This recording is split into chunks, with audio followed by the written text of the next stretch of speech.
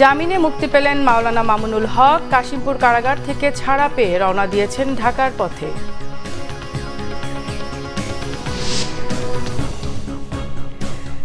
দেখছিলেন বিআরবি কেবল সংবাদ শিরোনাম, এবারে বিস্তারিত। গাজীপুরের জয়দেবপুর স্টেশনে দুটি ট্রেনের সংঘর্ষে বেশ কয়েকজন আহত হয়েছে। শুক্রবার সকাল 11টার দিকে এই ঘটনা হয়। জয়দেবপুর স্টেশন মাস্টার জানান, টাঙ্গাইল কমিউটার ট্রেনটি উত্তরবঙ্গ থেকে ছেড়ে এসে গাজীপুর হয়ে ঢাকার দিকে যাচ্ছিল। ট্রেনটি জয়দেবপুর স্টেশনের আউটার সিগন্যালে পৌঁছলে ঢাকা থেকে ছেড়ে আসা তেলবাহী ট্রেনের সঙ্গে ধাক্কা লাগে। এতে দুটি বগি পুরোপুরি বিধ্বস্ত হয়ে গেছে, আহত হয়েছে অনেকে। এ ঘটনায় লাইনচ্যুত হয়েছে 5টি বগি। দুর্ঘটনার পরপরই উদ্ধার শুরু করে রেল, পুলিশ ও ফায়ার সার্ভিসের সদস্যরা। দুর্ঘটনার পর থেকে দেশের উত্তর ও পশ্চিমাঞ্চলের সাথে ঢাকার রেল যোগাযোগ বন্ধ হয়ে যায়। দুর্ঘটনার কারণ অনুসন্ধানে তদন্ত কমিটি গঠন করেছে প্রশাসন।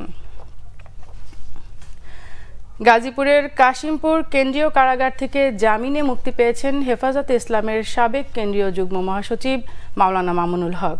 আজ সকাল 11টায় কাশিমপুর কারাগার থেকে মুক্তির পর কারাগার ফটক দিয়ে বের হয়ে আসেন মামুনুল হক। এ সময় কারা ফটকের সামনে তার স্বজন ও সমর্থকরা উপস্থিত ছিলেন। কাশিমপুর হাই সিকিউরিটি কেন্দ্রীয় কারাগারে senior jail super Subrata Kumar Bala জানান, বৃহস্পতিবার বিকেলে জামিনের কাগজ কারাগারে পৌঁছে। অনেকগুলো মামলা থাকায় তা যাচাই বাছাই করা হয়। যাচাই বাছাই শেষে শুক্রবার সকালে তাকে মুক্তি দেওয়া হয়। 2021 সালের 18 এপ্রিল নারায়ণগঞ্জের একটি রিসোর্ট থেকে মাওলানা মামুনুল হক গ্রেফতার হন। এ যাবৎ তার বিরুদ্ধে প্রায় 30টি মামলা হয়েছে। সর্বশেষ মামলায় গত রোববার চট্টগ্রামের সিএমএম আদালতে তার জামিন হয়। দীর্ঘ অস্বস্তিকর গরমের পর এক পশলা বৃষ্টি রাজধানী ঢাকায়, সঙ্গে মৃদু ঝড়, আর এর সবকিছু মিলিয়েই কিছুটা স্বস্তি নগর জীবনে। বৃহস্পতিবার মধ্যরাতে হিমেল হাওয়ার সঙ্গে হঠাৎ বৃষ্টি নামে রাজধানীতে। ঝড়ো হওয়ার সঙ্গে সঙ্গে বাড়তে থাকে বৃষ্টি। এ সময় আকাশে বিদ্যুৎ চমকাতেও দেখা যায়। বৃষ্টিতে ভিজে শরীর ও মন শীতল করতে অনেকেই নেমে আসেন রাস্তায়।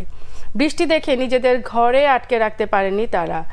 টানা তীব্র তাপদাহের পর বৃষ্টির পানিতে স্বস্তি খুঁজে পান রাজধানীবাসী। আবহাওয়া অধিদপ্তর আগেই জানিয়েছে, ঢাকা, ময়মনসিংহ ও বরিশাল বিভাগের 2-1 জায়গায় অস্থায়ীভাবে দমকা বা ঝোড়ো হাওয়া সহ বৃষ্টি অথবা বজ্রসহ বৃষ্টি হতে পারে। কোথাও কোথাও বিক্ষিপ্ত শিলাবৃষ্টিও হতে পারে। বৃষ্টিপাতের ফলে সারা দেশে তাপমাত্রা কমার সম্ভাবনা রয়েছে। ভাষায় অদক্ষতা, এক কোম্পানিতে স্থির না হওয়া সহ নানা কারণে দক্ষিণ কোরিয়ায় বাংলাদেশি কর্মী কম। এই সংখ্যা বাড়াতে অভিবাসন সংশ্লিষ্টদের নজর দিতে বলেছে দেশটির ইমিগ্রান্ট সাপোর্ট সেন্টার। এদিকে দক্ষিণ কোরিয়ায় থাকা কর্মীরা বেতন সহ অন্যান্য সুযোগ সুবিধায় সন্তুষ্ট। দক্ষিণ কোরিয়া থেকে ফিরে ইমরুল কায়েসের রিপোর্ট। দক্ষিণ কোরিয়ায় বর্তমানে বাংলাদেশি অভিবাসী কর্মী প্রায় 33,000, যা অন্যান্য দেশের তুলনায় অনেক কম। এমনকি দক্ষিণ এশিয়ার দেশ নেপালের অভিবাসী যেখানে 10 জন, সেখানে বাংলাদেশি মাত্র 1 জন, অর্থাৎ 10:1। গেল বছর এমপ্লয়মেন্ট পারমিট সিস্টেম ইপিএস ব্যবস্থায় বাংলাদেশ থেকে 10,000 লোক নিতে চাইলেও বাংলাদেশ সে কোটা পূরণ করতে পারেনি। এ বিষয়ে কথা বলেন দেশটির ইমিগ্রান্ট সাপোর্ট সেন্টারের পরিচালক। বাংলাদেশিরা বন্ধুত্বপূর্ণ ও সৎ, কিন্তু কোরিয়ায় বাংলাদেশিদের সংখ্যা কম, কারণ তারা কোরিয়ান ভাষায় দক্ষ না। কোরিয়ায় আসতে চাইলে বাংলাদেশি বন্ধুদের একটু পরিশ্রম করে ভাষায় দক্ষতা অর্জন করতে হবে। কোনো কোম্পানিতে আসলে দীর্ঘদিন সেখানে কাজ করতে হবে। হুট করে অন্য কোম্পানিতে যাওয়া যাবে না, তাহলে কোরিয়ায় বাংলাদেশিদের সুযোগ আরও বাড়বে। দেশটিতে থাকা বাংলাদেশি বিশ্লেষকরাও বলছেন, কোরিয়ায় জনশক্তি রপ্তানি বাড়াতে অভিবাসন সংশ্লিষ্টদের আরও গুরুত্ব দিতে হবে। কোরিয়ান ভাষাটা জানা থাকে, পাশাপাশি যদি স্কিল বেস কোনো কিছু তার সে যদি জানে, সেক্ষেত্রে এখানে ন্যাশনালিজম ব্যবস্থা খুব সহজ হয় এবং দীর্ঘমেয়াদী চিন্তা ভাবনা করতে পারে। এদিকে বেতন ভাতায় খুশি দক্ষিণ কোরিয়া থাকা ইপিএস কর্মীরা। কাজের পরিবেশ সহ অন্যান্য সুযোগ সুবিধা খুবই ভালো বলে জানান তারা। বিমা সুবিধা, স্যালারি ফ্যাসিলিটি অন্যান্য দেশের তুলনায় মোটামুটি আলহামদুলিল্লাহ ভালো। বেতন এক একজনের 2 থেকে 2.5 লাখ এভাবে বেসিক স্যালারি আমরা পাই। পিএস এর মাধ্যমে কোরিয়াতে আসার যা আমাদের জন্য সহজ বিধায় আমরা চুজ করে নিয়েছি। কোরিয়াটা এমন একটা দেশ আমাদের প্রত্যেকটা বহন করা থাকে স্বাস্থ্য বীমা, যেটা যদি আমরা অসুস্থ হসপিটালে গেলে আমাদের অর্ধেক খরচ বীমা থেকে বহন করা হয় আর অর্ধেক আমরা দিই।